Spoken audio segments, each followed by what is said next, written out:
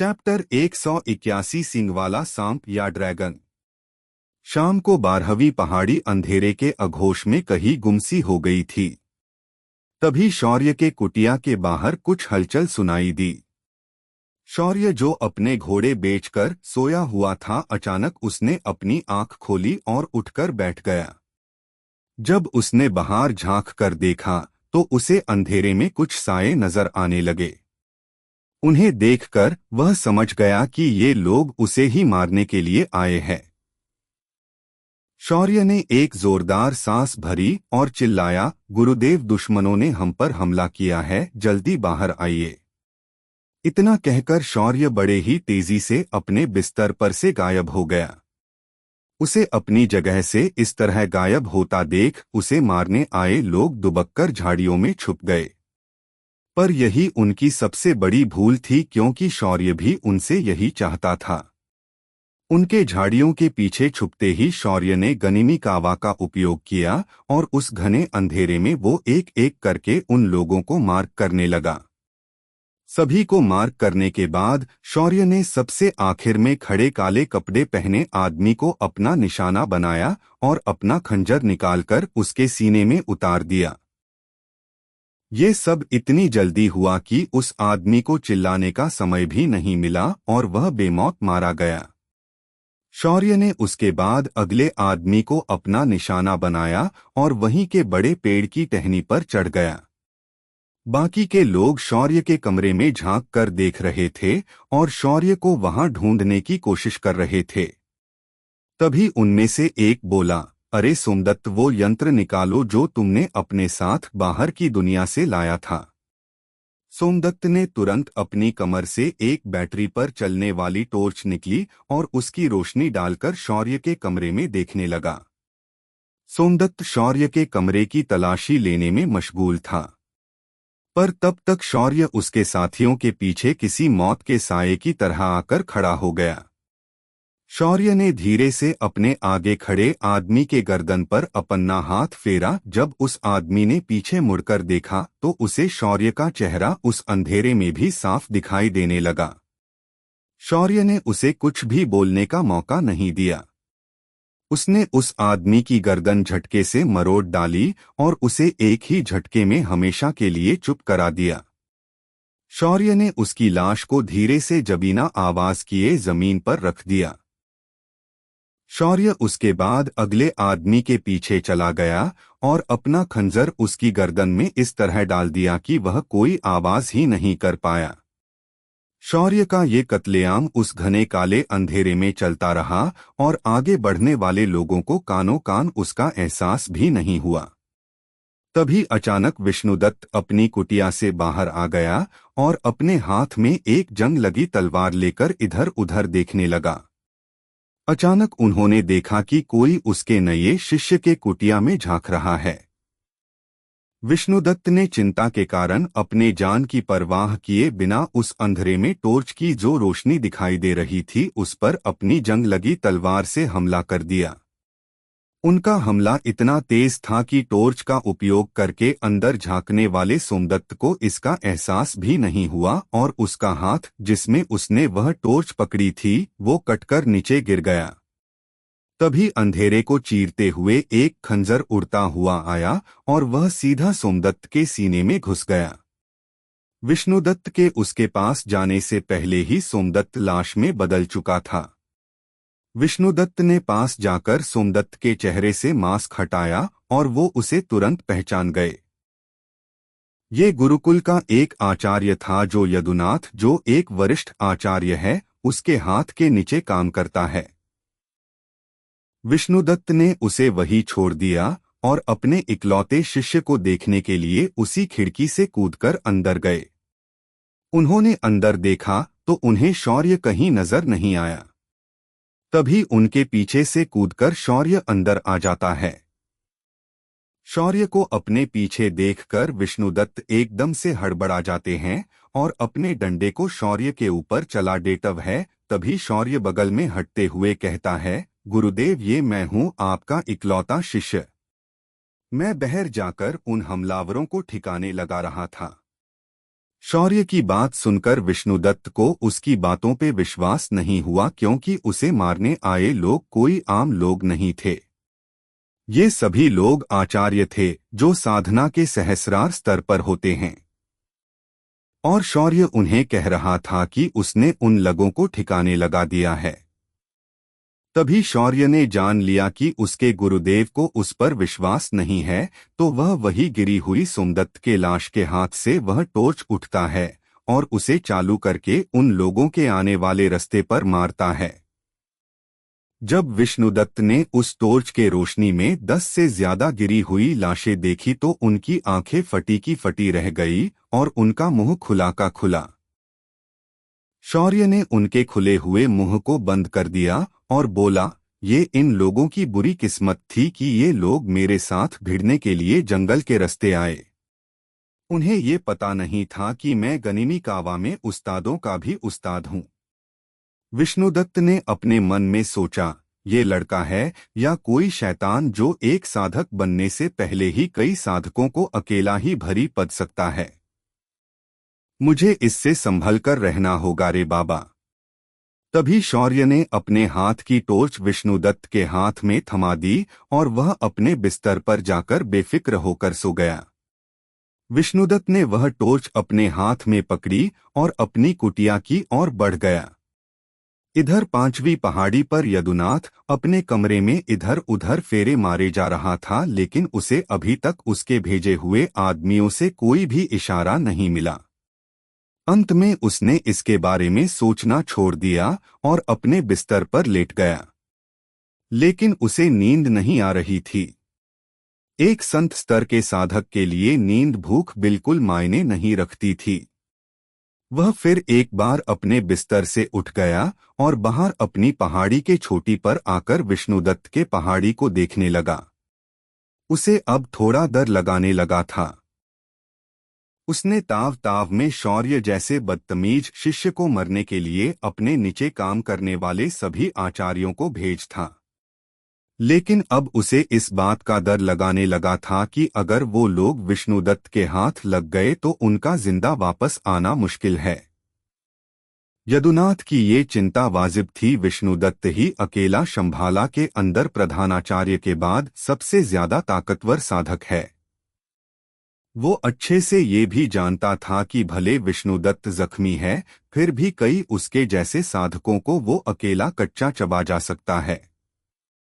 जैसे जैसे सुबह नजदीक आ रही थी, यदुनाथ के आंखों से नींद गायब हो रही थी और उसके मन का डर बढ़ने लगा था।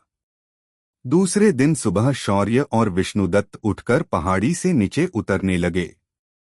जब वो दोनों नीचे उतर रहे थे, तब उनके कंधों पर कुछ आदमियों की लाशें थी जो वो लोग कावड़ बनाकर उन्हें नभेला रहे थे। उन दोनों ने पहाड़ी के नीचे बसी हुई बस्ती में पहुंचकर उन लाशों को गांव के चौक में फेंक दिया।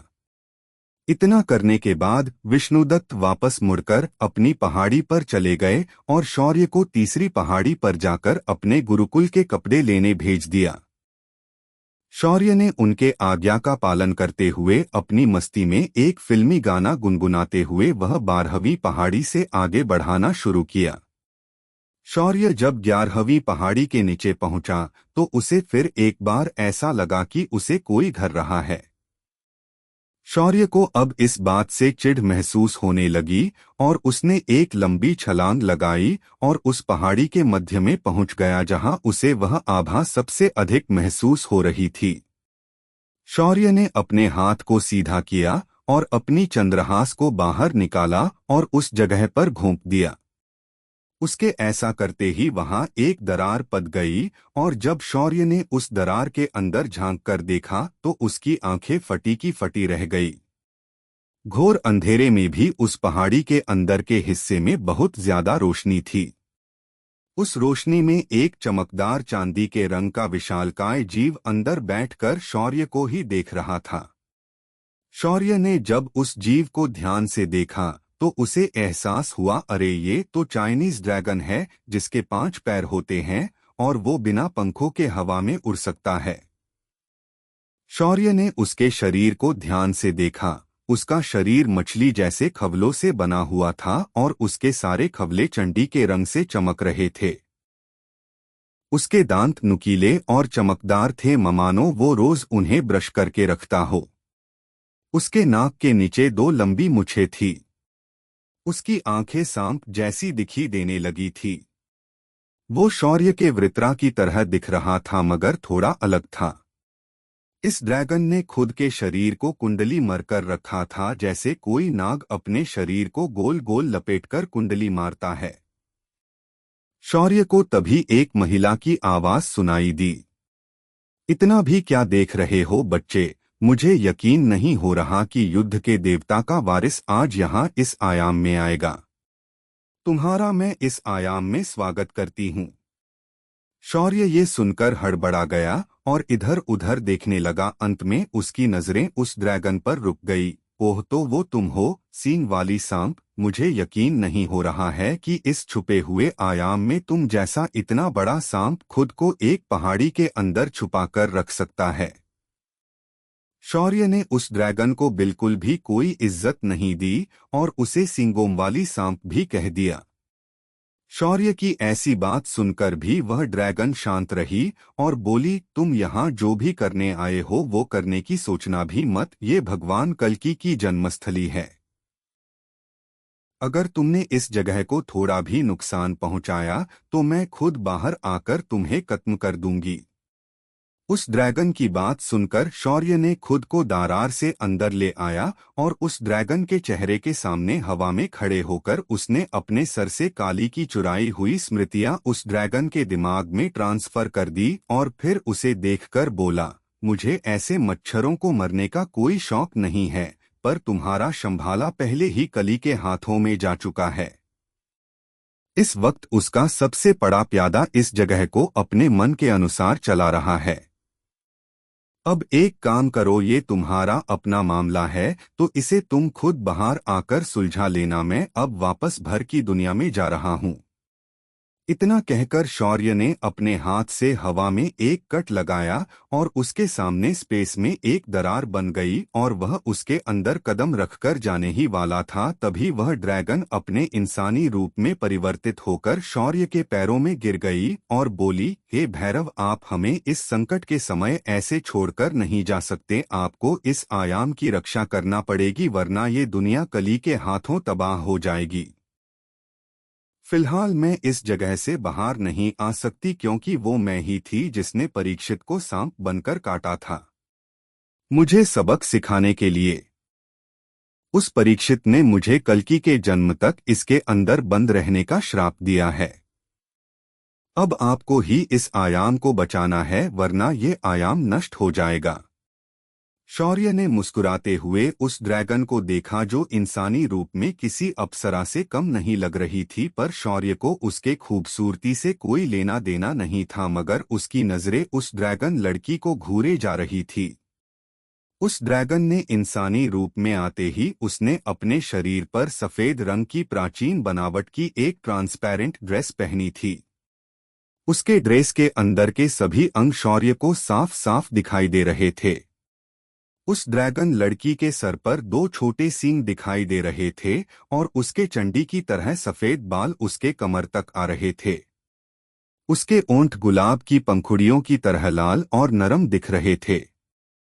शौर्य ने अपनी थूक निगली और अपने गले को गिला करके उसने अपनी नज़ारे सिर्फ उसके आंखों पर टिकाई और बोला, अभी अभी कोई मुझे बड़ी अकड़कर यहाँ से चले जाने के लिए कह रहा था, तो अब इस युद्ध के देवता का यहाँ रुकने का बिल्कुल भी मन नहीं है।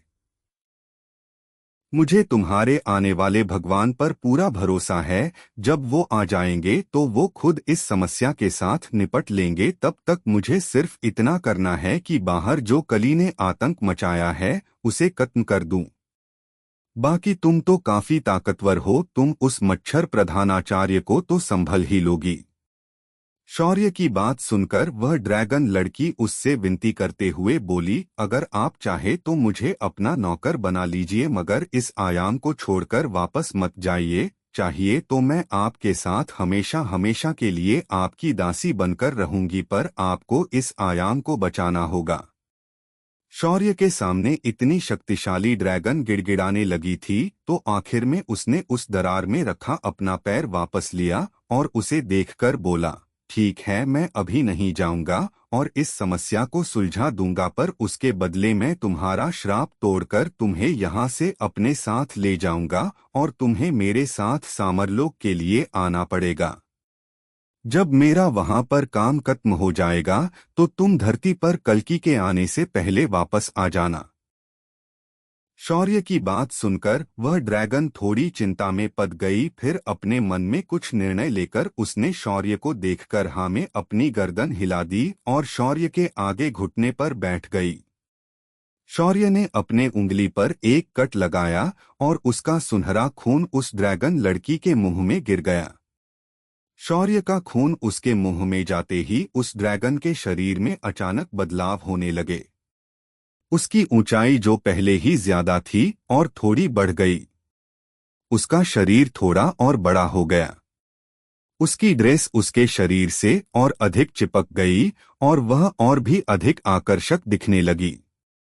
शौर्य ने ये बदलाव देखे और उसका गला पूरी तरह सूख गया।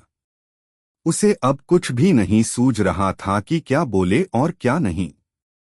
शौर्य ने खुद को काबू करने की कोशिश की और वह घूम गया और बोला, हमारी पहाड़ी पर मैं अकेला ही शिष्य हूँ और मेरे हर दिन के काम में मुझे मदद चाहिए, तो मैं चाहूंगा कि तुम मेरे साथ उस पहाड़ी पर रहो।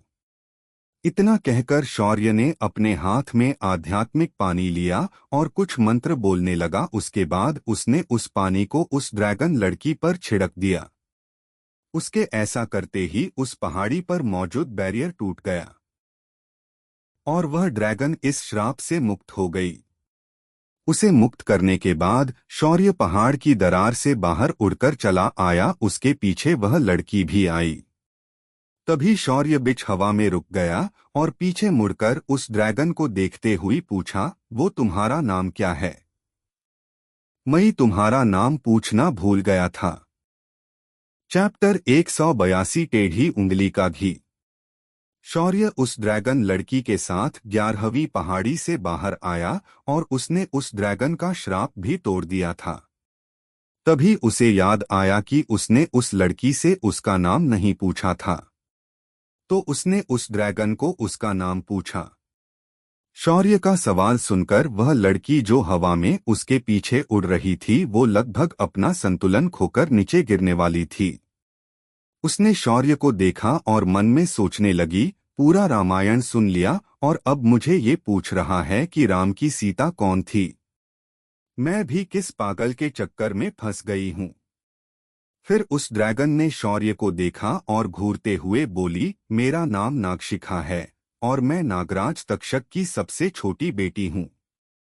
जब मेरे पिता तक्षक ने अरित्री के श्राप को पूर्ण करने का निर्णय लिया, उस वक्त कड़ी सुरक्षा के कारण वे परीक्षित के पास नहीं जा सकते थे, तो उन्होंने मुझे एक इल्ली के रूप में अंदर भेज दिया। मैंने उनके कहे मुताबिक परीक्षित को दंश कर लिया, पर वे उस वक्त भगवान विष्णु की गहन साधना कर रहे थे, जिस वजह से परीक्षित ने अपना देह पहले ही छोड़ दिया था।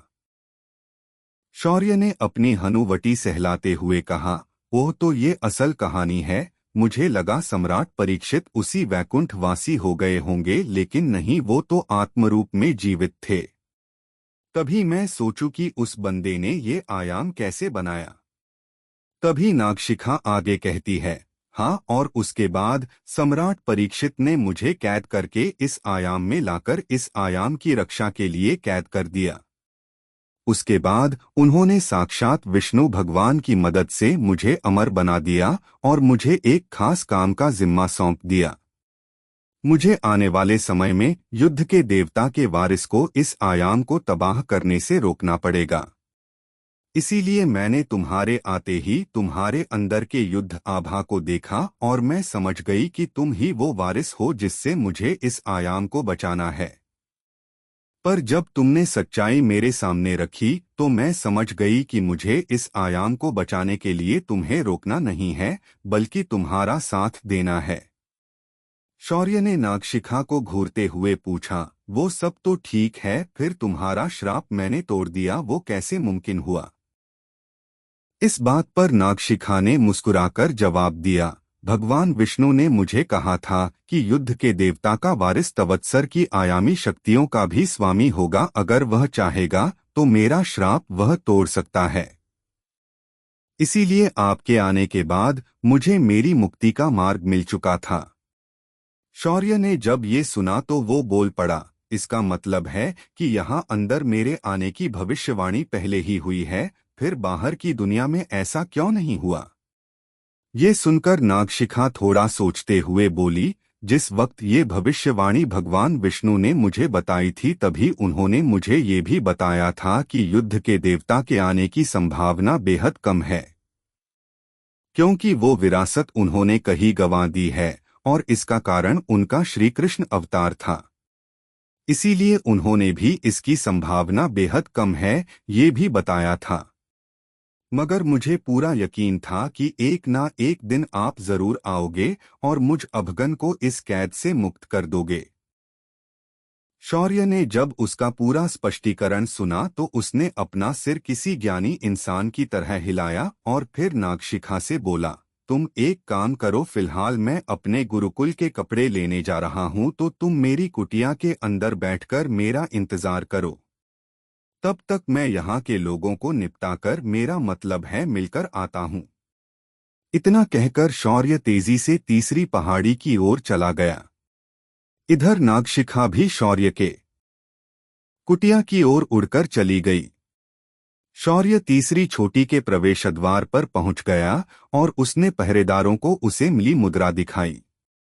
इस मुद्रा को पहले किसी छात्र ने इस्तेमाल नहीं किया था, जिस वजह से वो पहरेदार थोड़ा शकभरी नजरों से शौर्य को देखने लगे।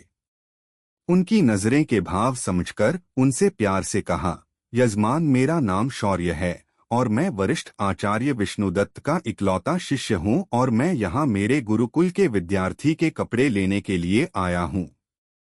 ये सुनकर उस पहरेदार ने हैरानी के साथ कहा, क्या उस पागल बेवड़े ने नया शिष्य चुना है? अब पता नहीं ये नया शिष्य उसके पास कितनी देर तक टिक पाएगा। पिछली बार 30 साल पहले इस पागल ने अपने ही शिष्य को कुत्ते की तरह धो डाला था। दूसरे पहरेदार ने उसे कोहनी मारी और उन्होंने उस मुद्रा को देखकर शौर्य को अंदर जाने दिया। जब शौर्य भंडारगृह के इमारत के अंदर पहुंचा तो उसने वहां एक मोटे थुलथुले आदमी को सामने रखे मिठाइयों पर हाथ साफ करते हुए देखा। उस आदमी को देखकर ही लग रहा था कि इसे ऐसी मिठाइयों का कितना शौक है। शौर्य ने आते हो उसे हाथ जोड़कर प्रणाम किया और फिर उसके सामने अपनी मुद्रा रखकर कहा, श्रीमान, मैं शौर्य हूँ, वरिष्ठ आचार्य विष्णुदत्त का इकलौता शिष्य। मुझे यहाँ आपसे मिलकर मेरे नए कपड़े लेने के लिए कहा गया है। शौर्य की बात को सुनकर भी अनसुना करते हुए उस आदमी ने उस पर ध्यान नहीं दिया और उसे कोई जवाब भी नहीं दिया। उसकी इस हरकत की वजह से शौर्य को थोड़ी चिढ़ महसूस हुई, लेकिन उसने कुछ नहीं कहा और उस आदमी के बोलने का इंतजार करने लगा। 15 मिनट बाद जब वह अब ज्यादा सब्र नहीं कर सकता था, उसने अपनी चुटकी बजाई, जिस वजह से उस आदमी को शौर्य की तरफ देखना पड़ा। उसके देखते ही शौर्य ने अपना इंट्रोडक्शन फिर एक बार दिया और उस आदमी से अपने कपड़े मांगे। पर इस बार भी वही हुआ जो पिछली बार हुआ था। अब शौर्य के सब्र का बांध टूट गया। शौर्य ने अपने रिंग से एक मोटा और चमचमाता डंडा निकाल। ये डंडा एक खास वनस्पति से बना हुआ था। इसकी मार से इंसान के शरीर पर कोई निशान नहीं बनाते थे, मगर इसकी मार मौत से भी ज्यादा दर्दनाक होती थी। शौर्य ने उसे प्यार से देखा और फिर अपना डंडा उठाकर पहले उसकी बाईं बगल पर मारा, उसके बाद दाईं बगल पर मारा। डंडा मारने की प्रक्रिया इतनी तेज थी कि देखने वाले को भी कुछ दिखाई नहीं दिया, लेकिन उस आदमी ने अपनी चीखों से सभी को बता दिया कि उसके साथ क्या हुआ है। वह दर्द में बिलखकर रोने लगा और छटपटाने लगा। जब बाकी लोग वहां पहुंचे तो शौर्य अब तक अपनी मुद्रा लिए सिर झुकाकर खड़ा था। लेकिन उस आदमी ने शौर्य की तरफ इशारा करते हुए बाकी लोगों से कहा, अभी अभी इसने मुझे डंडे से मारा, मेरी दोनों बगलें इसने तोड़ दी है, इसे गिरफ्तार करो। तभी शौर्य ने अपना सिर उठाया और मासूमियत से उस आदमी को देखा और बोला, ये आप क्या कह रहे हैं श्रीमान? क्या गुरुकुल का दिव्य पुत्र इतना हलकट होगा कि आप जैसे इंसान को वो पीट देगा? मैं तो पिछले आधे घंटे से आपके बोलने का इंतजार कर रहा था और आखिर में अपने जो बोला वो ये था कि अपने मुझ पर मारने का इल्जाम लगाया। अगर मैंने आपको मारा है तो दिखाइए जरा कि आपको मैंने कहाँ मारा है। शौर्य के इस बात पर बाकी लोग भी अब उस मोटे आदमी को देख रहे थे जो ऊपर से दंडरुस्त रहा था। उस मोटे ने अपनी दोनों बगल को शर्ट को ऊपर उठा ली, पर जब सभी ने ध्यान से देखा तो वहां कोई निशान नहीं था। शौर्य ने मुस्कुराते हुए सभी से कहा, शर्मा अपने देखा, यहाँ कोई निशान नहीं है। ये मुझे आधे घंटे से मेरे कपड़े नहीं दे रहे हैं और साथ ही मुझ पर गलत आरोप लगाकर मुझे फंसाना चाहते हैं। मुझे युवकों नहीं होता कि इस गुरुकुल में इतने गिरे हुए इंसानों को भी रखा जाता है। पता नहीं बाकी आम शिष्यों के साथ क्या किया होगा इस आदमी ने। शौर्य की बात सुनकर वहां आए पहरेदारों ने शौर्य से उस आदमी की तरफ से माफी मांगी और उसे एक सामान्य छात्र के कपड़े लाकर दे दिए। तभी शौर्य ने एक और मुद्रा निकाली और कहा, रुकिए रुकिए, मैं गुरुकुल का नया दिव्य पुत्र भी हूं, तो मुझे उसके हिसाब से वो सुनहरे रंग के वो अजीब कपड़े मिलने चाहिए और उसके जैसे सारे सामान भी मुझे चाहिए। शौर्य की धीमा सुनकर दर्द में बिलख रहा वह आदमी अपना मुंह बनाते हुए अंदर गया और सुनहरे रंग का बड़ा चोगा लेकर आया जिसे शौर्य को अपने फीके नीले गणवेश के ऊपर चढ़ाना था। शौर्य ने उसे भी उस आदमी से ले लिया, फिर सभी के सामने इस आदमी को देखकर अपने लिए हुए यूनिफॉर्म पर हाथ फेरते हुए बोला, इसे कहते हैं टेढ़ी उंगली का घी। याद रखना, अगली बार सिर्फ 2 बाजुएं नहीं पूरा बदन तोड़ दूंगा ऐसी हरकत की तो। अब मुझे तुम यहाँ दिखने नहीं चाहिए और इस गुरुकुल का दिव्य शिष्य होने के नाते ये मेरा आदेश है। अब अपना बोरा बिस्तर बांधो और निकल जाओ। इतना कहकर शौर्य ने उसे धमकाया और जाते जाते रास्ते में ही अपनी नई यूनिफॉर्म पहन ली। जब वह दूसरी पहाड़ी पर पहुंचा तो उसने रास्ते में एक बूढ़े आदमी को दोनों पहाड़ी के बीच वाले जंगल में उसका इंतजार करते हुए देखा। शौर्य ने उसे देखकर भी अनदेखा किया, लेकिन वो आदमी शौर्य को ऐसे ही जाने देने के मूड में नहीं था। उसने शौर्य का रास्ता रोक दिया। शौर्य ने भी उसे नीचे से ऊपर तक देखा और फिर बोला, क्या बात है, आजकल लोग लड़कों को भी रास्ते में रोककर छेड़ने लगे हैं। लगता है तुम्हारे यहाँ लड़कियों की कुछ ज्यादा ही कमी है, इसीलिए तुम लोग अब मेरे जैसे हट्टे कट्टे लड़कों के पीछे भी पड़े हो। शौर्य की ये बात उस आदमी को दिल के गहराई तक लगी और उसने शौर्य के सामने से खुद को बगल में हटा लिया। ये देख शौर्य उसे देखकर बोला, मुझे ऐसा क्यों लग रहा है कि तुम्हारी मैंने कोई चोरी पकड़ी है। लगता है मैंने जो कहा विश्व है। तुम्हें लड़कों में ज्यादा इंटरेस्ट है। शौर्य की बात सुनकर वह आदमी सकपकाते हुए बोला, नहीं नहीं, ये सब झूठ है। मैं तो यहाँ तुम्हें सबक सिखाने आया हूँ। लड़के कल रात तो बच गए, तुम पर इस वक्त कैसे बचोगे? ये एरिया ऐसा है कि यहाँ पर कोई भी निगरानी नहीं रख सकता है। अगर यहाँ तुम्हें कुछ भी हो गया तो किसी को पता नहीं चलेगा। बच्चे, अब तो तुम्हारी यहाँ कब्र खुद कर रहेगी। इतना कहकर उस आदमी ने अपनी हथेली में आग का गोला प्रकट करके शौर्य पर हमला कर दिया। पर शौर्य अपनी जगह से बिल्कुल भी नहीं हिला। शौर्य ने जम्हाई लेते हुए कहा, क्या यार तू मुझे यहाँ गुदगुदी करने आया है क्या? जरा थोड़ा दम लगा, ऐसे फुसकेले फटाके के माफिक क्यों आग जल रहा है? ये देखकर उस आदमी ने दांत पीसते हुए कैप आदमियों को देखकर आदेश दिया, देख क्या रहे हो सालों, हड्डी पसली एक कर दो इसकी, मुझे इसकी दर्दनाक चीखें सुननी है। अपने गुस्से के आग में उस आदमी को एहसास भी नहीं हुआ कि उसके आग के गोले को शौर्य ने इतनी आसानी से नष्ट कर दिया था। उस आदमी के साथ आए लोगों ने भी अपने अपने हथियारों से शौर्य को निशाना बनाया और उस पर हमला कर दिया। शौर्य ने फिर भी अपनी जगह नहीं बदली। जब पहले आदमी का हमला उसके शरीर को चुने ही वाला था, तभी शौर्य का शरीर पारदर्शक हो गया और उस आदमी का हमला उसके शरीर से आर पार हो गया। साथ ही संताल बिगड़ने से वह आदमी शोर को पार करके नीचे गिर गया। चैप्टर 183 ये शौर्य है या मुसीबत का पहाड़। दूसरी और तीसरी पहाड़ी के बीच वाले सुनसान जंगल के अंदर एक शिष्य को लगभग 10 से भी ज्यादा लोगों ने घेर रखा था और वो सभी लोग उस लड़के पर हमला किए जा रहे थे। लेकिन उनका एक भी वार उस लड़के के शरीर पर नहीं हो रहा था। उनके सारे वार उस लड़के के शरीर के आर पार हो रहे थे। उनके सारे वार खाली जातिवाद। वह लड़का जोर जोर से कैंसट हुए कहता है, क्या हुआ छुछुंदरों, मार नहीं पा रहे हो? सालों तुम में अपने गुरु की तरह कुछ भी दम नहीं है। तभी वह आदमी जिसने वरिष्ठ आचार्य के कपड़े पहने थे वो पागल हो गया और गुस्से से दांत पीसते हुए बोला, मायावी लड़के, मुझे पहले ही लगा था कि तू एक शैतान है। मैं यदुनाथ तुझे अपनी समाधि अग्नि में जलकर राख कर दूंगा।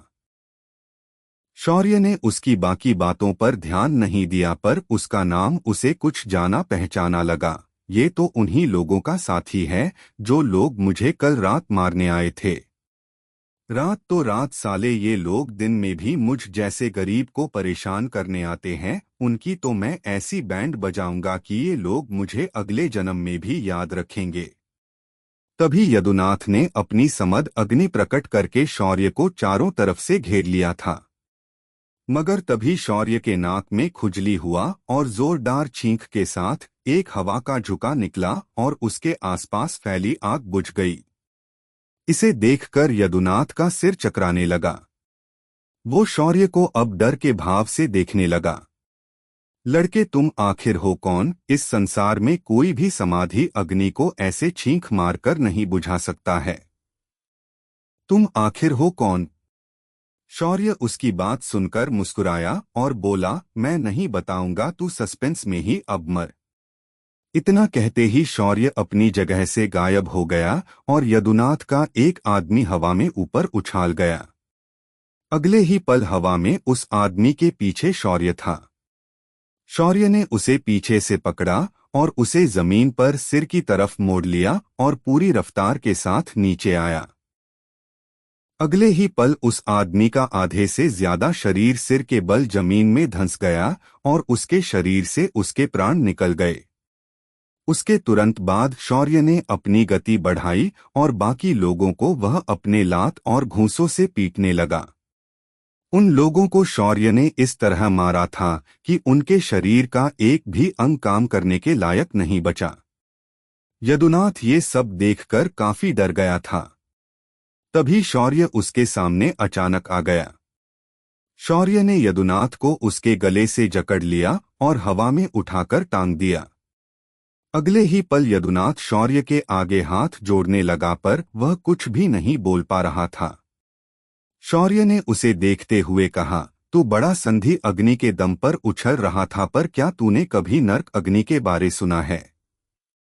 अगर नहीं तो अब उसे साक्षात देख भी ले और महसूस कर ले, और हाँ, नर्क में जाकर यमराज से कह देना कि युद्ध के देवता का वारिस आजकल खराब मूड में है और इसके बाद कली के कई गुलाम वहां आने वाले हैं। उनका काम बढ़ाने के लिए तो ज्यादा खाली जगह बनकर रख देना।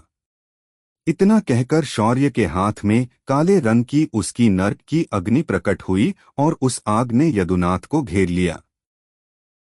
अगले ही पल यदुनाथ जलने लगा और मरते हुए शौर्य को भद्दी भद्दी गालियां देने लगा। शौर्य ने उस पर ध्यान नहीं दिया, क्योंकि ऐसे घमंडी लोग ही कली के शक्ति का स्रोत बनते हैं। उसके बाद शौर्य ने आसपास पड़े हुए लोगों को भी जला दिया और वहां से चला गया। शौर्य कुछ ही देर में दूसरी पहाड़ी पर पहुंचा जहां कक्षाओं में आचार्य अलग अलग विषयों का ज्ञान देते थे। इसी पहाड़ी पर गुरुकुल का सबसे विशाल पुस्तकालय स्थित था। शौर्य ने यहां आते ही सबसे पहले शिक्षाओं में आज क्या पढ़ाया जा रहा है उसे देखा। उसके बाद जब उसे लगा कि इन कक्षाओं में जो पढ़ाया जा रहा है उसका ज्ञान उसके पास पहले से ही है, तो वह मुड़कर पुस्तकालय की ओर चला गया। अंदर जाते ही उसने अपनी विष्णुदत्त ने दी हुई मुद्रा दिखाई और उस पुस्तकालय में घुस गया। अंदर आते ही उसने एक विशालकाय हॉल देखा जिसकी कोई दीवारें नहीं थी। उसकी दीवारों में भी किताबें ही रखी गई थी। साथ ही यहाँ ऐसी किताबें थी जो बाहर की दुनिया में कभी देखने को नहीं मिली थी। शौर्य ने उन्हें ध्यान से देखा। आगे बढ़ते हुए जब वह प्राचीन पुस्तकों की ओर गया तो उसे कई सारे भुर्जपत्र पर लिखी हुई किताबें दिखी। शौर्य ने सिस्टम को उसका काम शुरू करने के लिए कहा और वह हर किताब को बस छूता था और आगे निकल जाता था। ऐसा करते करते उसने सारी किताबें छू ली। उसे ये सब करने में लगभग 2 घंटों से ज्यादा का समय लगा। जब सारा ज्ञान सिस्टम ने कॉपी कर लिया तो शौर्य पुस्तकालय के कोने में जाकर नीचे बिष्ट गया जहां बाकी छात्र बैठकर किताबें पढ़ रहे थे। वहां बैठते ही शौर्य ने अपनी आंखें बंद की और सारा ज्ञान जो अभी अभी सिस्टम ने कॉपी किया था उसे अपने दिमाग में प्रोसेस करने लगा।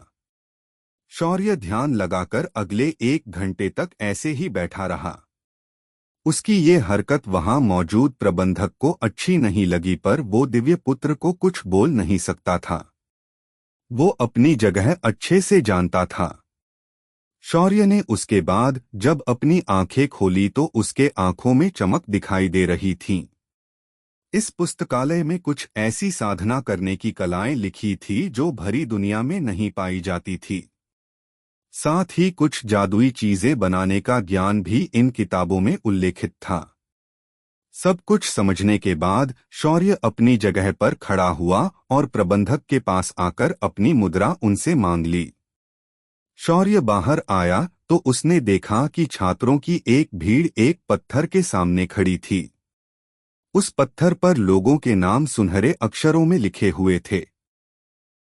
शौर्य जब उस बड़े से टीले नुमा पत्थर के सामने गया तो उसने देखा कि कई छात्र अपनी हथियार लेकर उस पत्थर पर लगे एक गोल चमकते हुए बटन पर मरे जा रहे हैं। शौर्य ने वहां जाकर एक लड़के को बगल में लेकर पूछा, अरे भाई, ये लोग यहाँ क्या कर रहे हैं और इसे ऐसे क्यों मार रहे हैं? वह लड़का शौर्य का सवाल सुनकर गुस्से से पीछे मुड़ा, पर जैसे ही उसने दिव्य पुत्र की यूनिफॉर्म देखी वह अचानक चुप हो गया और बात बदलकर शौर्य से बोला, श्रीमान, ये शक्ति परीक्षण पत्थर है। इस पत्थर पर वार करके आप किसी भी छात्र के शक्ति का स्तर जांच सकते हैं। आपकी शक्ति का स्तर यहाँ आंकड़ों में दिखाई देगा। आपकी शक्ति यहाँ गज में नापी जाती है। हर छात्र की शक्ति 1 गज होती है, यानी 1 हाथी के बराबर। उसके बाद आपके शक्ति का स्तर बढ़ते जाता है। शौर्य ने भी एक अच्छे छात्र की तरह उस लड़के की सारी बात सुनी और समझी। फिर वह भी कटाव खड़ा हुआ, लेकिन उसके कतार में खड़े होते ही सभी छात्र कतर से बाहर हो गए और उसे सबसे पहले जाने का मौका दे दिया। खुद को इतनी रिस्पेक्ट मिलते देख शौर्य भी चकित हो गया। शौर्य सभी के सामने से जाकर उस बड़े पत्थर के सामने खड़ा हो गया। उसने एक बार पीछे मुड़कर उन छात्रों और पास ही खड़े रहकर इसे नियंत्रित कर रहे आचार्य को देखा और पूछा, क्या ये टूट तो नहीं जाएगी ना अगर मैंने इसे मारा तो? क्योंकि अगर ये टूट जाता है तो मैं इसकी जिम्मेदारी नहीं लूंगा। शौर्य की बात सुनकर वहां खड़ा आचार्य मुस्कराते हुए बोला, आपको इसके टूटने की चिंता करने की जरूरत नहीं है। ये पत्थर टूट नहीं सकता। इसे प्रधानाचार्य के मारने के बाद भी कुछ नहीं हुआ है, तो ये कैसे टूट सकता है? ये सुनकर शौर्य ने ऊपर पत्थर पर सबसे ऊपर लिखा था, श्रृंगीनाथ धानी, जो कि अभी के प्रधानाचार्य का असली नाम था। उसके आगे एक संख्या दर्ज थी 1000 गज। उसे देखकर शौर्य को लगा कि ये पत्थर उसकी पूरी ताकत सहन करने के लायक है। शौर्य ने अपना हाथ ऊपर उठा दिया और उसे मुट्ठी में बदल दिया। उसके बाद उसने पूरी ताकत लगते हुए कहा, जय बजरंगबली, और धड़ाम की आवाज के साथ पूरा पत्थर हिलने लगा। उसके ऊपर शौर्य का नाम दिखने लगा। फिर उसके आगे लिखी गज संख्या धीरे धीरे बढ़ाने लगी। 10 गज, 40 गज, 90 गज, 180 गज, 400 गज, 600 गज, 800 गज, 900 गज। ऐसे करते हुए संख्या बढ़ते ही जा रही थी और रुकने का नाम नहीं ले रही थी। शौर्य का नाम अब दूसरे स्थान तक पहुंच गया था। अगले ही पल शौर्य के सामने लिखी संख्या ने 1000 गज को पार कर दिया। फिर वह धीरे धीरे बढ़ते जाने लगी। 1500 गज, 1800 गज, फिर 2200 गज। आखिर में वो संख्या 2580 गज पर आकर रुक गई और एक सुनहरे रंग की रोशनी उस पठार से निकली। उसके साथ शौर्य का नाम हवा में तैरने लगा। बाकी बच्चे और आचार्य, जिनके लिए प्रधानाचार्य के अलावा कोई सर्वशक्तिशाली नहीं है, वो लोग हैरान परेशान होकर शौर्य को देखने लगे।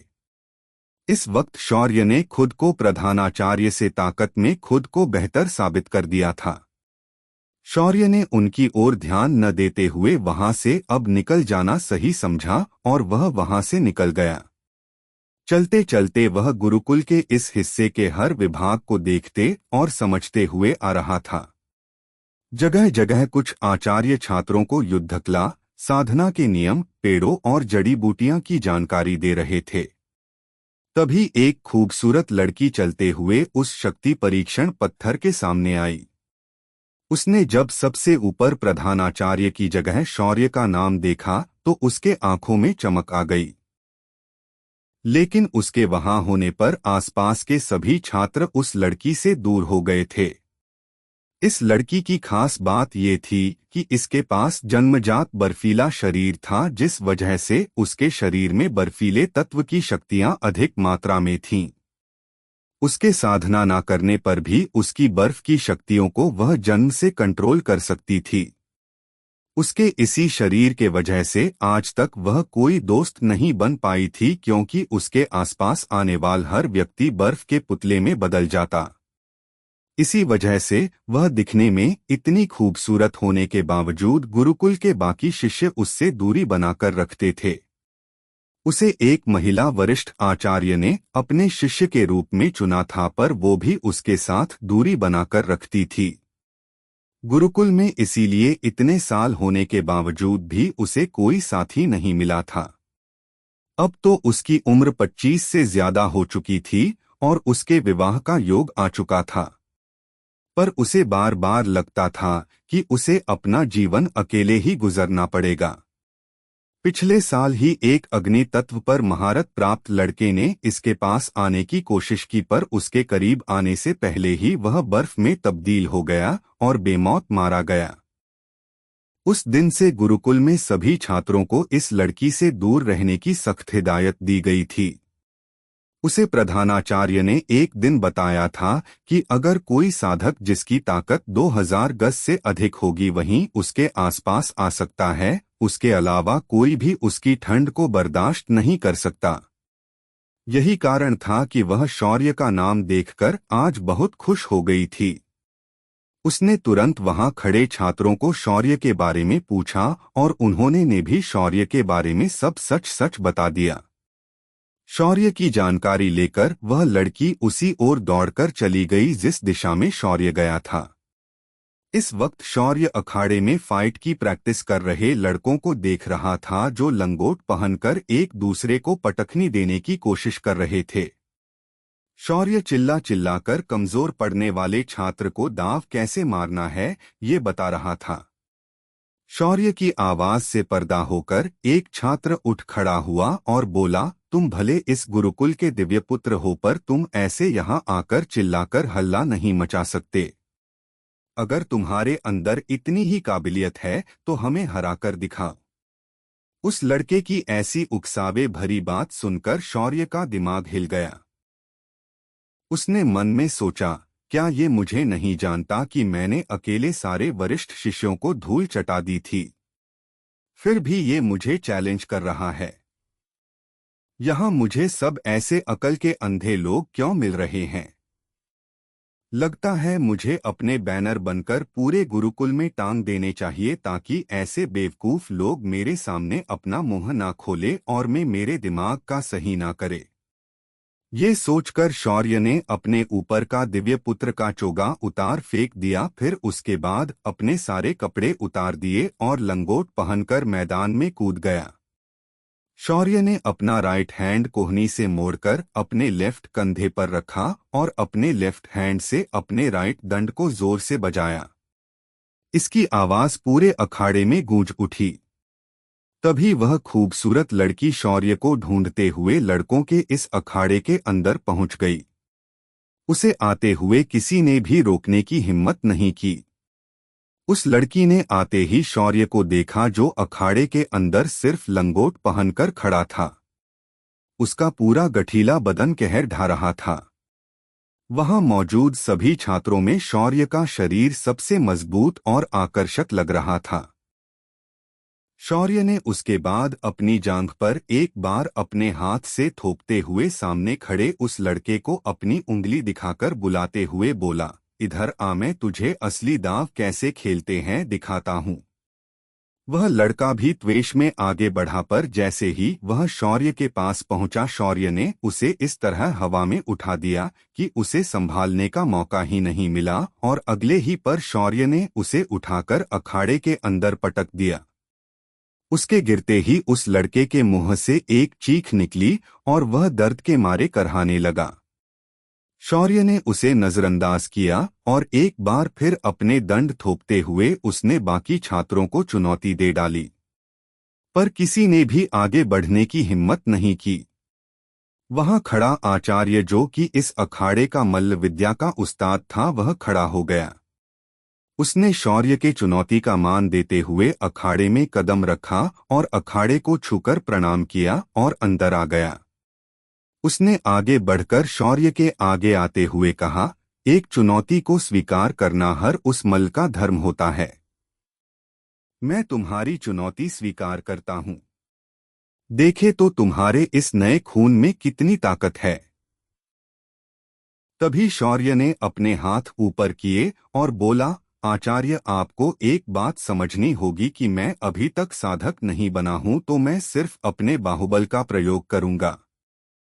ये सुनकर वह आचार्य हंसते हुए बोला, ये बात सही कही तुमने, मल्ल विद्या में वैसे भी सिर्फ बाहुबल का उपयोग होता है। तो चलो फिर देखते हैं आज तुम्हारे बाहुबल में कितना दम है। शौर्य ने उसकी बात का मान रखा और दोनों हाथ जोड़कर उसे प्रणाम किया, फिर अपने हाथ आगे की ओर फैलाकर खड़ा हो गया।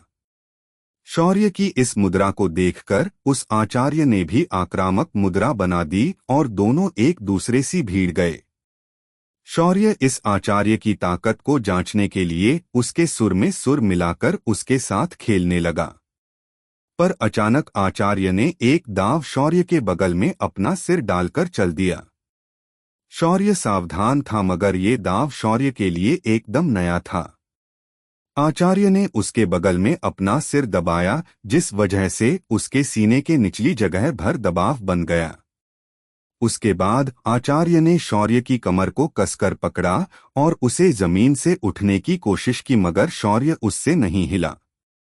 शौर्य ने उसकी गर्दन जो उसके बगल में थी उसे अपने हाथ से मोड़कर जकड़ लिया और आचार्य को सीधा 90 अंश के कोण में उल्टा उठा दिया और उसे धीरे से पीठ के बल लिटा दिया। आचार्य शौर्य से हार चुका था मगर शौर्य की नजरों में वह जीत चुका था क्योंकि उसने ऐसा दांव खेला था जो मल्ल विद्या में नया और अनोखा था। चैप्टर 184। ये लड़की पागल है। गुरुकुल के अंदर अखाड़े में शौर्य अखाड़े के आचार्य को एक झटके से पटखनी देकर हर देता है। वो आगे बढ़कर आचार्य को कुछ कहना चाहता था, तभी उसके साथ ऐसा कुछ हुआ कि वह अपनी जगह पर जम गया। सिर्फ जम नहीं गया बल्कि वो सच में अंदर तक बर्फ से जम गया था। शौर्य को जीतते हुए देखकर वहां उसे ढूंढते हुए पहुंची लड़की खुद को रोक नहीं पाई और कूदकर उसके गले से लिपट गई। ये वही लड़की थी जिसके पास जन्मजात बर्फीला शरीर था। वो अपने इस श्रापित शरीर की वजह से न कोई दोस्त बना पाती थी, न ही कोई पति ढूंढ पाती थी। वो इतनी खूबसूरत थी कि स्वर्ग की अप्सराओं की भी उसके साथ तुलना की जा सकती थी। जब वह शौर्य से लिपट गई, उसके जन्मजात शरीर के वजह से शौर्य तेजी से बर्फ में जमने लगा। उसे कुछ समझ में नहीं आ रहा था कि ये मुसीबत उसके गले कैसे लगी। उसने जैसे तैसे करके खुद को उस लड़की से अलग करने की कोशिश की, पर तब तक उसके अंदरूनी अंग भी जमने शुरू हो चुके थे। वो सभी के सामने अपने साधना का अस्तित्व नहीं बता सकता था।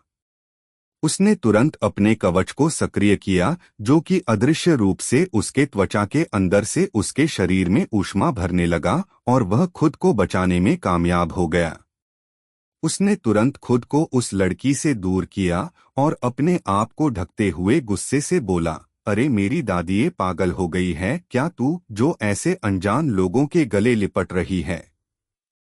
दिमाग खराब हो गया क्या तेरा, पागल लड़की? शौर्य की बात सुनकर वह लड़की दूर हट गई, पर उसके चेहरे पर कुछ पाने की खुशी साफ दिखाई दे रही थी। शौर्य ने तेजी से अपने कपड़े पहन लिए। उसके बाद उसने एक गहरी सांस ली और उस मुसीबत को, मेरा मतलब उस लड़की को देखने लगा। शौर्य ने जब उसकी खूबसूरती देखी तो उसका मुंह अंडे के आकार से भी ज्यादा बड़ा हो गया। वो लड़की बला की खूबसूरत थी, एकदम कांच की गुड़िया की तरह।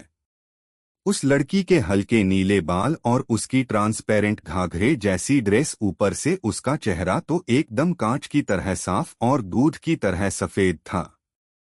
उस सफेद चेहरे पर उसके लाल ओंठ कहर ढहा रहे थे। उस लड़की का पूरा शरीर ऐसा था मानो उसे हाथों से तराशा गया है। उसकी जवानी उफान मारकर उसके शरीर से धधक रही थी। इस वक्त उस लड़की की स्माइल तो शौर्य को उसका दीवाना बना रही थी।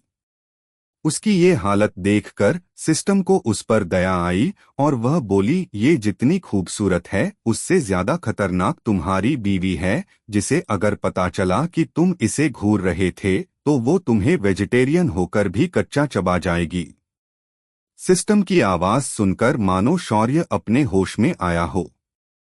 शौर्य ने उस लड़की को देखना बंद किया और आचार्य की ओर मुड़ गया, जो अब खड़े होकर खुद के शरीर को झाड़ रहा था। शौर्य ने जाकर उन्हें झुककर प्रणाम किया और बोला, मैंने ये आपका दाव अपनी जिंदगी में नहीं देखा। आप सच में एक काबिल मल्ल हो। आपको मैं अपने दिल से प्रणाम करता हूँ।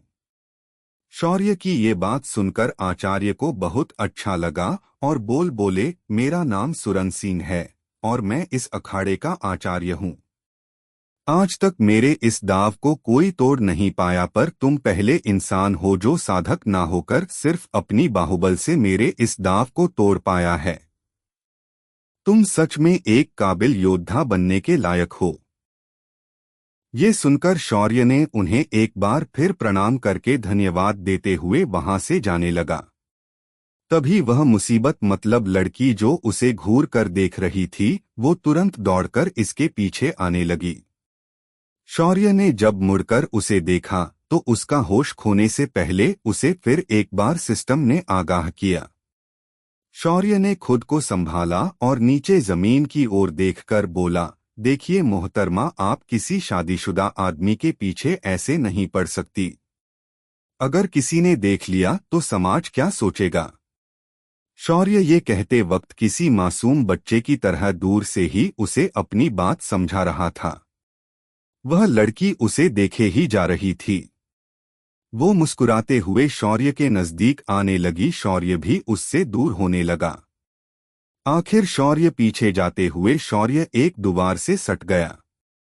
उसे अब पीछे जाने के लिए कोई जगह नहीं बची थी। शौर्य की सांसें तेज होने लगी।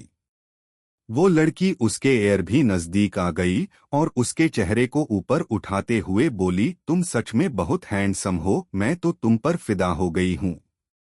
मुझे तुम्हारे शादीशुदा होने से कोई फर्क नहीं पड़ता। बस तुम मुझे स्वीकार करो, बाकी मैं खुद संभाल लूंगी। शौर्य ने उसकी बात सुनी और अपनी धड़कनों को रोकते हुए कहा, ऐसा नहीं हो सकता, मैं एक पत्नीव्रता आदमी हूँ। मैं दूसरी शादी या अन्य लड़की को वैसी नजरों से नहीं देख सकता। आप किसी और को ढूंढ लीजिए, मुझे जाने दो। शौर्य की ऐसी हालत देखकर उसके शरीर के अंदर बैठी तीनों लड़कियां अपना पेट पकड़ पकड़ कर हंसने लगी थी। शौर्य उनकी हंसी साफ साफ सुन सकता था। उसने अपने मन ही मन कहा, ये क्या मुसीबत मेरे पीछे पड़ी है, हमेशा मेरे पंगे ऐसी बेवकूफ लड़कियों से ही क्यों होते हैं। उस लड़की ने शौर्य की सभी बातों को नजरअंदाज किया और उससे चिपक गई और उसकी आंखों में देखते हुए बोली, ऐसा हैंडसम अगर मेरा पति होगा तो मेरे बच्चे कितने खूबसूरत होंगे। मैं आज ही हमारे शादी के बारे में बात करूंगी। मेरे पिता इस गुरुकुल के सबसे बड़े और ताकतवर वरिष्ठ आचार्य है। मेरे पिता की वजह से तुम्हें मैं किसी चीज की कमी नहीं होने दूंगी। बस तुम हाँ कर दो। शौर्य को अब उस लड़की से चिढ़ महसूस होने लगी। उसने तुरंत उस लड़की को धक्का दे दिया और वह लड़की दूर पीछे कुछ कदम लड़खड़ाकर नीचे गिर गई। शौर्य ने उसके बाद उस लड़की को देखा और बोला, पागल लड़की, तुझे अगर इतनी ही शादी करने की इच्छा है तो कोई और लड़का ढूंढ, मुझ जैसे शादीशुदा की जिंदगी क्यों बर्बाद करने पे तुली है। एक झापड़ मारूंगा न तो सारा शादी का भूत उतार दूंगा। अब चुपचाप यहां से निकल जा, वरना अंजाम अच्छा नहीं होगा। शौर्य की गुस्से भरी आवाज सुनकर भी उस लड़की पर उसका कोई असर नहीं हुआ। उसने शौर्य से फिर वे कब कहा, मुझे अंजाम की चिंता होती तो तुम्हारे पीछे नहीं आती। मुझे प्यार हुआ है तुमसे तो अब मैं तुम्हें पाकर ही रहूंगी, चाहे उसके लिए मुझे खुद भगवान से ही क्यों ना लड़ना पड़े। शौर्य ने जब उस लड़की की बातें सुनी तो उसका दिमाग घूम गया। उसने उसके पास जाकर एक खींचकर चांटा उसके कांच जैसे गालों पर जड़ दिया और गुस्से से बोला, तुझे मेरे बारे में कुछ पता भी है, और तो और मुझे तुम्हारे बारे में भी कुछ भी पता नहीं है।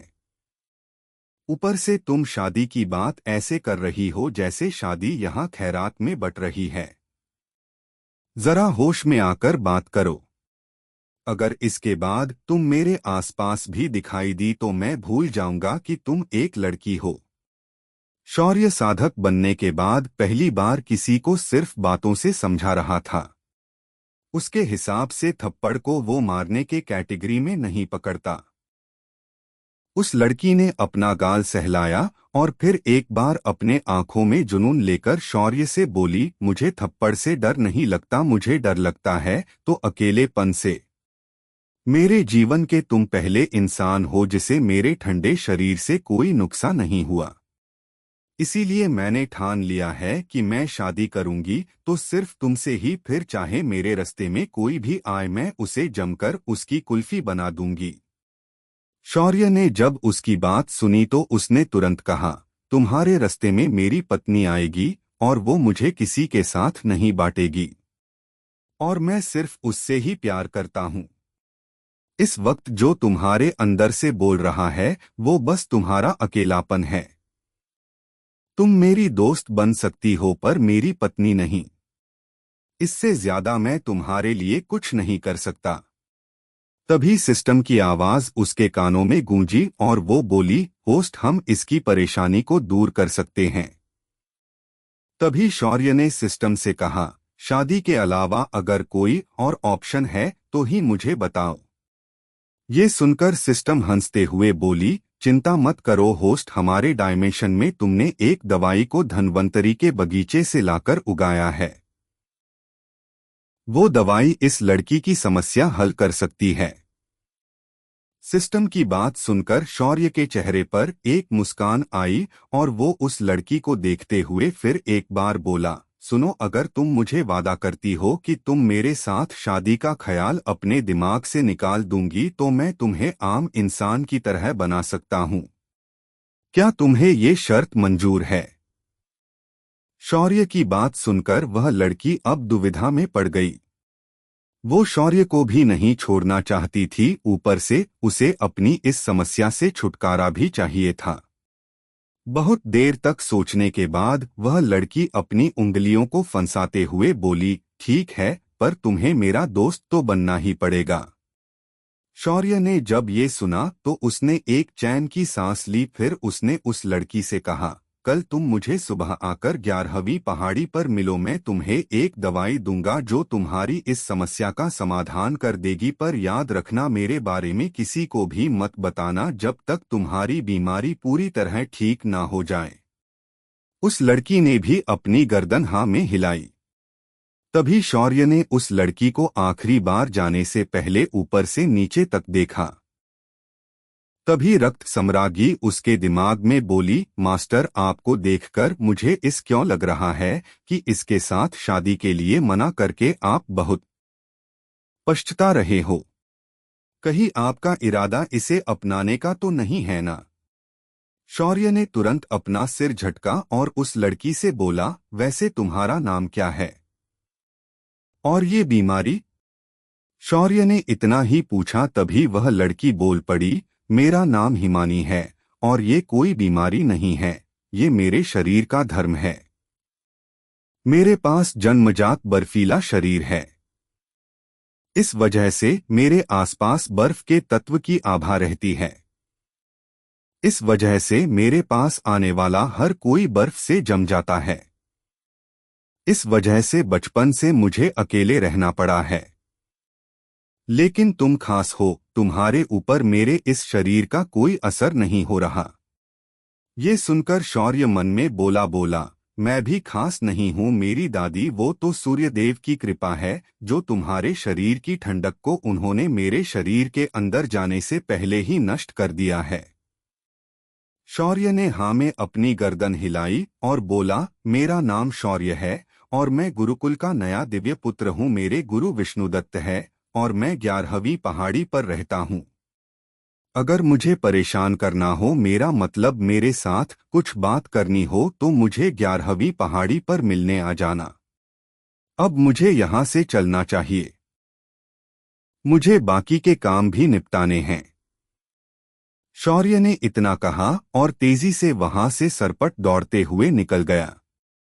कुछ दूरी तक आने के बाद शौर्य रुका और पीछे मुड़कर देखा। जब उसे वह लड़की दिखाई नहीं दी तो उसने एक गहरी सांस भरी और वो वापस गुरुकुल के बाकी कक्षाओं में झांकने लगा।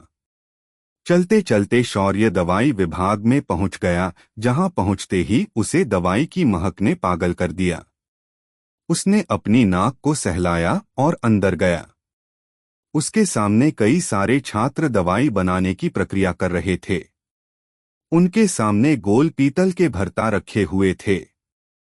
उन बर्तनों को एक छात्र अपनी तप की अग्नि से गर्म कर रहा था तो दूसरा छात्र उस बर्तन के अंदर की जड़ी बूटियां को नियंत्रित करके उनके अंदर से दवा को निकाल रहा था।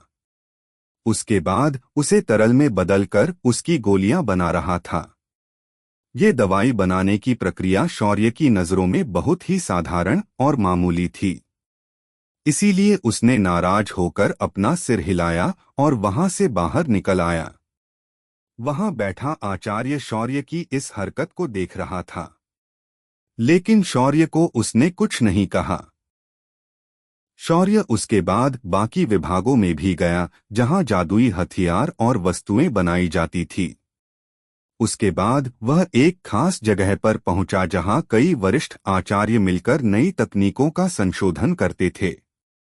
जब वह यहां पहुंचा तो उसने देखा कि एक वरिष्ठ आचार्य वाहन बनाने में मशगूल था।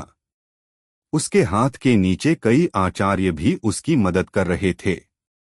शोर ने दरवाजे के अंदर प्रवेश किया और बिना कुछ बोले उनकी सारी गतिविधियां देखने लगा। इस वक्त ये लोग एक ऐसा इंजन बना रहे थे जो कि आध्यात्मिक पत्थरों की ऊर्जा से चल सके, पर उनके पास ऐसी कोई वस्तु नहीं थी जिसके माध्यम से वो उस ऊर्जा को पत्थर से बाहर निकालकर उस इंजन में प्रवाहित कर सके। शौर्य ने उनकी सारी हरकतें देखी और मन ही मनसों से बोला, सिस्टम, क्या ऐसी वस्तु बनाना संभव है? इस पर सिस्टम ने कुछ विचार किया और बोली, होस्ट, ऐसा करना एकदम आसान है, लेकिन यहाँ तुम देख रहे हो कि ये लोग उन आध्यात्मिक पत्थरों की ऊर्जा को किसी और घटक में स्थानांतरित करने की कोशिश कर रहे हैं। पर उन्हें पता होना चाहिए कि आध्यात्मिक ऊर्जा को सिर्फ मंत्रों से ही प्रवाहित किया जाता है। इन मंत्रों को सारणी की तरह इंजन के अंदर उकेरा जाए तो इनका इंजन झटके में बन जाएगा। पर इन अकल के अंधों को कौन समझाए? होस्ट, तुम क्यों नहीं ये ट्राई करते? इस वजह से इस आयाम के प्रगति में गति आ जाएगी। शौर्य ने थोड़ी देर तक विचार किया, फिर बोला, अगर तुम कहती हो तो मैं जरूर कोशिश करूंगा, पर वो मंत्र मुझे मालूम नहीं है।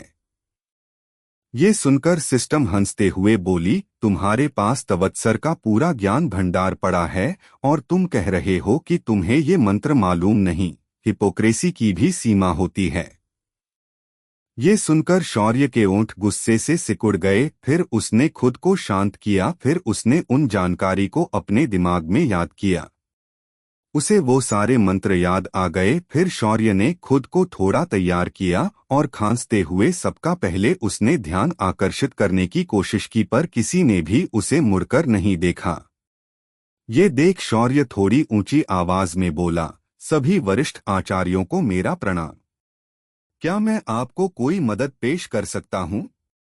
शौर्य के इतना कहते ही सभी वरिष्ठ आचार्य उसे घूरकर देखने लगे, मानो वो कह रहे हो, अब ये चपड़गंजू हमें मदद करेगा जिसने अभी साधना करना शुरू भी नहीं किया। शौर्य ने ये देखा और बोला, आप जिस वस्तु का उपयोग करके ऊर्जा को प्रवाहित करने की कोशिश कर रहे हैं वो गलत है। इस ऊर्जा को सही ढंग से प्रवाहित करने का तरीका मुझे मालूम है। शौर्य ने पूरे आत्मविश्वास के साथ इस बात को उनके सामने रखा। अब क्या करेंगे वरिष्ठ आचार्य? चैप्टर 185 अभिमंत्रित इंजन और विष्णुदत्त का इलाज। शौर्य ने उन वरिष्ठ आचार्यों को पूरे आत्मविश्वास के साथ कहा था कि वो उनकी मदद कर सकता है, लेकिन वहां मौजूद आचार्यों की शौर्य की बात सुनकर जोरदार हंसी निकल गई। एक वरिष्ठ आचार्य आगे आते हुए बोला, तुम भले ही इस गुरुकुल के दिव्य पुत्र बने हो, पर इसका ये मतलब नहीं कि तुम यहाँ इस इंजन को बना पाओगे। हमने पिछले 10 साल इस वस्तु को बनाने के लिए खर्च किए हैं। तभी एक और वरिष्ठ आचार्य शौर्य से बोला, ये काम लोगों को पीटने जैसा आसान नहीं है, इसके पीछे विज्ञान है और साधना शक्ति भी है। तभी वहां पर एक मैकेनिक की तरह कपड़े पहना आदमी शौर्य से बोला, दिव्य पुत्र हो तो दिव्य पुत्र का काम करने पे ध्यान दो और यहाँ से चले जाओ, मेरे कारखाने में ब्याज भीड़ न बढ़ाओ। शौर्य ने उन सब की बातें सुनी और चिल्लाकर बोला, अबे ओ अकल के दुश्मनों, ज्यादा खुद को शाना समझने की जरूरत नहीं है। जो जान तुम लोगों ने किताबों में सजा कर रखा है, अगर उसे तुम ध्यान से पढ़ लेते तो ये नौबत नहीं आती आज। बड़े आए इंजन बनाने वाले। उसके बाद शौर्य ने उन सब को देखा और फिर एक वरिष्ठ आचार्य से बोला, श्रीमान, क्या आप मुझे ये बताएंगे कि हम आध्यात्मिक ऊर्जा को प्रवाहित करने के लिए किसका आधार लेते हैं? ये सुनकर वह आचार्य मुस्कुराते हुए बोला, साधना करते हुए इस ऊर्जा को प्रवाहित करने के लिए हम मंत्रों का उपयोग करते हैं। ये सुनकर शौर्य ने जोरदार ताली बजाई और बोला, शाबाश बुड्ढे, मेरा मतलब है आचार्य, आपने तो सही जवाब दिया। फिर उसने उस मैकेनिक की तरह दिखने वाले आदमी से पूछा, अब तुम बता, इस पत्थर में कौन सी ऊर्जा है? ये सुनकर वह आदमी बोला, ये तो बच्चा भी बता देगा कि इसके अंदर आध्यात्मिक ऊर्जा भरी हुई है। ये सुनकर शौर्य ने फिर एक बार ताली बजाई। फिर उसने सभी को देखा और बोला, अगर तुम अकल के अंधों को ये मालूम है कि आध्यात्मिक ऊर्जा को हम मंत्रों द्वारा प्रवाहित कर सकते हैं, तो नई नई वस्तुओं पर सिर पीटने की बजाय ऐसे मंत्रों की रचना कर देते जो इस ऊर्जा को प्रवाहित कर सके। शौर्य की बातें सभी को चुभ रही थी, मगर वो सच कह रहा था। उन लोगों ने इतनी बेसिक चीज छोड़कर अलग ही पेचीदा रास्ता चुना था। शौर्य ने फिर वहां रखा एक कागज का टुकड़ा और पेन उठाया, जो एक फाउंटेन पेन था। उस पेन का उपयोग करके उसने सिस्ट द्वारा दिए मंत्र उस इंजन के डिजाइन के अनुसार डिजाइन बनाकर लिख दिया। फिर उसने वो कागज उस मैकेनिक जैसे दिखने वाले आदमी के हाथ में दे दिया और बोला, ले 1.5 फुटिए, अब इन मंत्रों को दिखाई हुई जगहों पर उकेर दे और फिर पूरे इंजन को अभिमंत्रित कर दे, तेरा इंजन दौड़ने लगेगा। शौर्य की बात सुनकर वह आदमी तुरंत बक आचार्यों के साथ काम पर लग गया। शौर्य ने पास ही रखी कुर्सी उठाई और उस पर आराम से बैठ गया। शौर्य के आम ही उन लोगों ने उस इंजन को खोला और उसके कहे मुताबिक सभी मंत्रों को उन निश्चित जगहों पर उकेर दिया। उसके बाद पूरे इंजन को जोड़ दिया और उसे आखिर में अभिमंत्रित कर दिया। अभिमंत्रित होते ही वह इंजन रफ्तार से चालू हो पड़ा। ये देख सभी मौजूद आचार्य खुश हुए और उन्होंने शौर्य को धन्यवाद दिया। तभी शौर्य ने उन्हें नामे हाथ हिला दिया और बोला, मुझे सिर्फ धन्यवाद मत दो, पूरे गुरुकुल में ढिंढोरा पीटकर सभी को ये बात बता दो कि ये इंजन पूर्ण करने में मैंने आपकी मदद की है। और हाँ, 1 महीने बाद मेरा प्रधानाचार्य के पद के लिए तुम्हारे उस बुढ़े के साथ मुकाबला है, तब मेरा साथ देना, मैं तुम्हें इससे भी ज्यादा जादुई चीजें सिखाऊंगा। अगर यकीन नहीं आता तो कल जब मैं अपनी साधना शुरू करूंगा तो तुम्हें मैं एक ऐसी चीज बनकर दिखाऊंगा जो इस आयाम में एक क्रांति लाएगी। शौर्य की बात पर सभी ने हामी भरी और वे लोग वहां से निकल गए। शाम का समय हो चुका था। उसने वापस जाते वक्त अपने गुरुदेव की दारू छुड़ा का बंदोबस्त करने का फैसला किया और गांव के बाजार से जादुई जायफल खरीद लिए। ये जायफल आम जायफल से 10 गुना अधिक असरदार थे, जो आध्यात्मिक ऊर्जा से बनी दारू पर भी असर करती थी। शौर्य कुछ ही देर में अपने पहाड़ी के तलहटी पर पहुंचा तो उसने देखा कि कई सारे रोमियो उसके पहाड़ी के नीचे खड़े रहकर छोटी पर आंखें गड़ाए बैठे थे। शौर्य ने उन्हें नजारा किया, क्योंकि आज उसने कई लोगों को पहले ही बहुत पीट दिया था, तो उसका आज का कोटा पूरा हुआ था। जैसे ही शौर्य पहाड़ी के प्रवेशद्वार के अंदर जाने लगा, तभी उसे एक लंबे बालों वाले हट्टे कट्टे लड़के ने रोक दिया और बोला, तू कहाँ जा रहा है बे? तनिक इधर तो देखियो। हमारे आगे जाने की हिम्मत तो कोई नहीं करता कभी। तभी शौर्य भी पीछे मुड़ा और उसकी ओर देखने लगा। जैसे ही सभी ने शौर्य का चेहरा देखा, उस लड़के के पीछे खड़े लोग ऐसे भाग गए जैसे उन्होंने कोई भूत देख लिया हो। लेकिन वो लंबे बालों वाला लड़का शौर्य को नहीं जानता था और ये उसकी फूटी किस्मत थी, क्योंकि मुकाबले के दिन ये भाई मटर कश्ती करने गुरुकुल से बाहर गया हुआ था। शौर्य ने उसे देखकर पूछा, भाई साहब क्या तकलीफ है आपको जो आप यूं हमारे पहाड़ी के प्रवेशद्वार पर पधारे? शौर्य का ये टेढ़ा अंदाज उस लड़के को कुछ समझ नहीं आया और उसने हंसते हुए अपने दोस्तों की ओर देखा तो उसे उसके दोस्त उसके आसपास कहीं नजर नहीं आ रहे थे। तभी उसे दूर एक पेड़ के पीछे से उसका दोस्त चिल्लाकर कहता है, भाग जा साले वरना बेमौत मारा जाएगा, वो इंसान नहीं हैवान है। उसकी आवाज उसे साफ साफ सुनाई दी, क्योंकि वो खुद एक मणिपुर चक्र जागृत किया हुआ साधक था। उसे पहले ये बात समझ नहीं आई, तभी उसे याद आया कि सुबह कोई कह रहा था कि 11वीं पहाड़ी के उस बेवड़े ने इस प्रतियोगिता में दिव्य पुत्र को हराने वाले लड़के को अपना शिष्य बनाया है और उसने आते ही सभी वरिष्ठ छात्रों को कुत्ते की तरह पिट दिया था। ये याद आते ही उस लंबे बाल वाले लड़के के बंधे बाल खुल गए और उसके पैर कांपने लगे।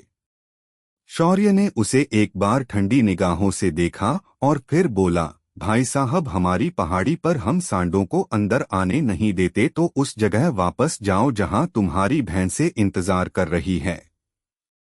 इतना कहकर शौर्य ने एक जोरदार बैक किक उस लड़के को मारी और वह अपनी जगह से आसमान में किसी रॉकेट की तरह उड़ गया।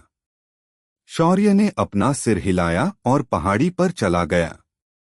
उसने सबसे पहले अपने गुरुदेव को ढूंढा जो घूंट पे घूंट पिए जा रहे थे। फिर उसने अपने बगल से एक शराब की बोतल निकाली और चुपके से हाथ में पकड़ा आध्यात्मिक जायफल अपने शक्तियों से तरल में बदल दिया और उस शराब की बोतल को गुरुदेव के हाथ में दे दिया। इस शराब की खुशबू कुछ ज्यादा ही अच्छी लग रही थी, इस वजह से गुरुदेव ने हाथ की बोतल बगल में रखी और शौर्य ने लाई हुई शराब को अपने मुंह से लगा दिया। विष्णुदत्त ने उस शराब को पूरा पी लिया। कुछ देर बाद उनका सिर भारी होने लगा और सांसें तेज होने लगी। उसके बाद उनके गले में खुजली जैसा होने लगा। इस वजह से वो काफी बेचैन होने लगे। तभी वहां पर बैठकर शौर्य मुस्कुराते हुए बोला, गुरुदेव, लगता है शराब आपको अब पसंद नहीं कर रही है, इसलिए आपके साथ ये सब कुछ हो रहा है। ये सुनकर विष्णुदत्त समझ गया कि शौर्य ने उसके शराब के साथ कुछ तो छेड़छाड़ की है। तभी शौर्य ने अपने हाथ का जायफल दिखाते हुए कहा, गुरुदेव, ये तो इस जायफल का आशीर्वाद है। कैसा लगा इसका असर आपको? मैं आशा करूंगा कि आज के बाद आप इस जहर को कभी हाथ नहीं लगाओगे। ये सुनकर विष्णुदत्त गुस्से से दांत पीसते हुए कहा, मूर्ख लड़के, तुम्हें क्या लगा कि मैं कोई मजे के लिए इस शराब को पीता हूं? मुझे उस खोजी दल के लोगों ने ना मिलने वाला अमर जहर दिया है, जो शरीर में होकर भी किसी को कभी मिलता नहीं। इसी जहर के असर को कम करने के लिए मुझे ये शराब पीनी पड़ती थी, बेवकूफ लड़के। ये सुनकर शौर्य का मुंह उतर गया और बोला, तो पहले बताना था ना मुझे, अब पछतावे से होत क्या जब चिड़िया चुग गई खेत। शौर्य की बात सुनकर विष्णुदत्त चिढ़कर बोला, अबे तूने मुझे कहाँ पूछा था? ये सुनकर शौर्य ने अपना सिर झुकाया और फिर अचानक वो विष्णुगुप्त को घूरने लगा। असल में वो अपनी दिव्य दृष्टि से उसके शरीर में उस अमर जहर को ढूंढ रहा था। उसने देखा कि एक गर्द नीले रंग को एक धब्बा उसे उसके शरीर में दिखने लगा। पर जैसे ही शौर्य ने उस पर नजर डाली, वो चीज विष्णुदत्त के शरीर में गायब हो गई। ये देख शौर्य हैरान हो गया। तभी सिस्टम शौर्य से बोली, होस्ट, ये जीवित जहर है। ये एक प्रकार का कीड़ा होता है जो जहरीला होता है।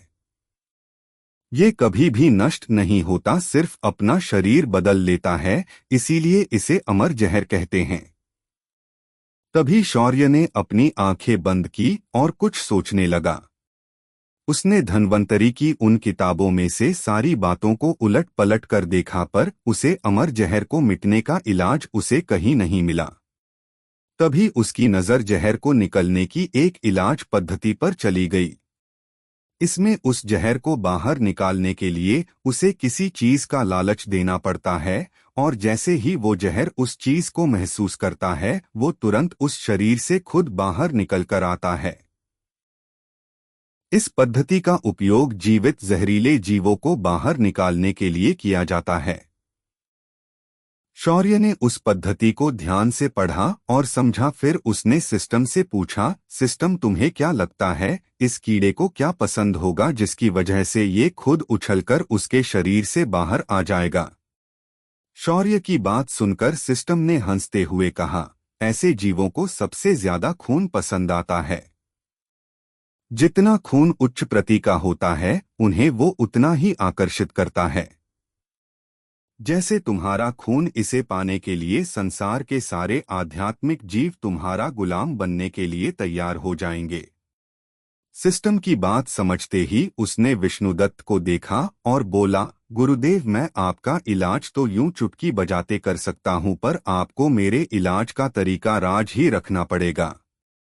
ये सुनकर विष्णुदत्त कुछ सोचकर बोला, मुझे मंजूर है पर पहले मुझे इस तकलीफ से आज़ादी दिलाओ। शौर्य ने ये सुना तो अपनी जेब में हाथ डाला और एक छोटी पानी की बोतल निकाली जिसके अंदर आध्यात्मिक पानी था। शौर्य ने उसका ढक्कन खोलकर बिना कुछ कहे उसे जबरदस्ती गुरुदेव के मुंह में उड़ेल दिया। इस वजह से विष्णुदत्त उस पानी का स्वाद भी नहीं ले पाया ना उसे पहचान पाया। पर जैसे हो वह पानी उसके गले से नीचे उतरा उसकी सारी तकलीफें खत्म हो गई। उसके बाद शौर्य ने गुरुदेव को पलटी मारकर बिठाया और उनके कंधे और गर्दन के बीच की बड़ी धमनी को काट दिया। ये देख गुरुदेव फिर एक बार उसे गली देने वाले थे, तभी उन्होंने ऐसा कुछ देखा कि उनका मुंह खुला का खुला रह गया।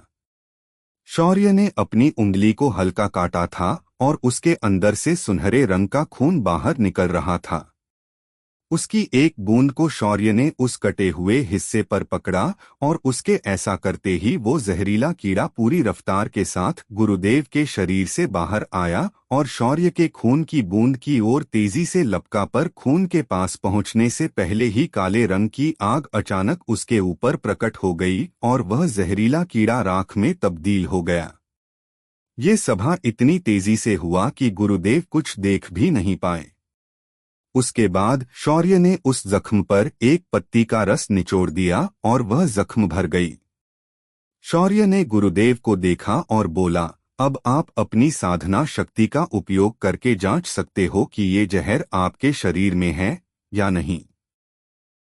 विष्णुदत्त ने फटाक से अपनी आंखें बंद की और अंतर्दृष्टि से वो उस जहर को ढूंढने लगे पर वो जहर उन्हें उनके शरीर के अंदर कहीं भी नहीं मिला। उसने खुश होकर शौर्य के गाल को पकड़ा और हंसते हुए बोले, मुझे पता नहीं था कि स्वयं भगवान मेरे शिष्य बने हैं। मुझे माफ कीजिए भगवान। ये सुनकर शौर्य ने उनके मुंह पर हाथ रखा और बोला, गुरुदेव जरा ठंड रखो वरना मेरा सारा बना बनाया खेल बिगड़ जाएगा। ये सुनकर विष्णुदत्त ने अपने उत्साह को काबू किया और शांत होकर बोले, ठीक है, आपका बहुत बहुत शुक्रिया मुझे ठीक करने के लिए। मैं ये बात किसी के सामने नहीं बताऊंगा। ये सुनकर शौर्य मुस्कुराया और बोला, गुरुदेव आप मेरे गुरु हैं तो आप मुझे सिर्फ तू कह के ही बात करेंगे, वो क्या है ना, मुझे इतनी इज्जत की आदत नहीं है। ये सुनकर दोनों हंसने लगे। तभी दरवाजे पर दस्तक हुई और नागशिखा अंदर आई। उसने आते ही शौर्य को प्रणाम किया। उसे देखकर विष्णुदत्त को लगा ये शौर्य की कोई साथी होगी तो उन्होंने उसे भी प्रणाम किया। ये देख शौर्य हंसते हुए बोला, गुरुदेव इनसे मिलिए, ये है नागशिखा आपके इस छोटे आयाम की रक्षक। इनका यहाँ वास्तव्य इस आयाम के बनने से ही है, तो आपको इन्हें सिर्फ प्रणाम नहीं तो लेटकर आशीर्वाद लेना चाहिए। ये सुनकर विष्णुदत्त शर्मा गए पर उन्होंने नागाशिक के पैर छुए और आशीर्वाद लिया। नागशिखा ने भी किसी बुजुर्ग की तरह उसे आशीर्वाद दिया। तीनों ने शाम को साथ में भोजन किया। फिर शौर्य ने खुद के बारे में विष्णुदत्त को सब कुछ सच सच बताया। जब विष्णुदत्त को प्रधानाचार्य की हरकत के बारे में पता चला तो वो गुस्से से जल उठे पर शौर्य ने उन्हें शांत करते हुए कहा, गुरुदेव ज्यादा गुस्सा करने की जरूरत नहीं है। पहले तो आप मेरे उसके साथ मुकाबले तक इस पहाड़ी पर मत रहना, मैं आपको एक खास जगह साधना करने भेज रहा हूँ। वहाँ जाकर आप अपने आप को साधारण संत अधिपति स्तर से अधिक शक्तिशाली बनकर वापस आना। फिर इस आयाम के अगले प्रधानाचार्य की बागडोर मैं आपको सौंपकर बाहर चल जाऊंगा, पर उससे पहले मुझे उसकी सारी अच्छाई को एक एक करके लोगों के मन से मिटाना है, ताकि जब मैं प्रधानाचार्य के पद के लिए आपका नाम सुझाऊं तो कोई मेरे विरोध में खड़ा नहीं होना चाहिए। ये सुनकर विष्णुदत्त गदगद हो गए। उसके बाद शौर्य उन्हें अपने डायमेंशन में ले गया और उन्हें एक विशेष सुदर्शन साधना का ज्ञान देकर वह उन्हें साधना चैम्बर में छोड़कर बाहर आ गया। ये साधना तकनीक सूक्ष्म चक्रों को जागृत करने में बहुत कारगर थी। जब शौर्य बाहर पहुंचा तो आधी रात हो चुकी थी, तो वो अपने कुटिया के अंदर सोने के लिए चला गया। अंधेरे में वो बिना देखे ऐसे ही बिस्तर पर कूद गया, पर कूदते ही उसके भाव डरावने तरीके से बदल गए।